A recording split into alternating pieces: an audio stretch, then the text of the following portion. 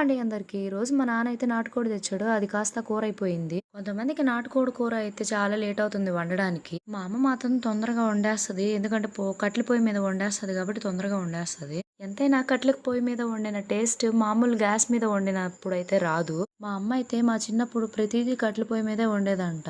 నాకు ఒక 5 నిమిషాలు అక్కడ ఉండేసరికి నా కళ్ళు, మొహం మొత్తం మండిపోయింది. అప్పుడు మా అమ్మ ఎలా వండిందిరా స్వామి అనుకున్నాను నేనైతే. కట్టెల పొయ్యి మీద వండడం వల్ల తొందరగా అయిపోతుందంట వంట.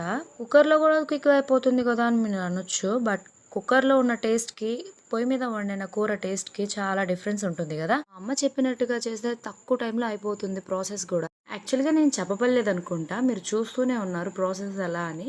టమోటాలు ఉడకవేమో అని భయమైతే అవసరం లేదు. మనం ముక్క ఉడికేలోపు టమోటాలు గూడా ఉడికిపోతాయి. చారు చిక్కబడ్డాక తీసుకొని లంచ్ టైంలో తింటుంటే ఉంది. అబ్బబ్బబ్బబ్బా! చాలా బావుంది. మీరైతే ఈ వీడియోకి సబ్స్క్రైబ్ చేసుకోండి.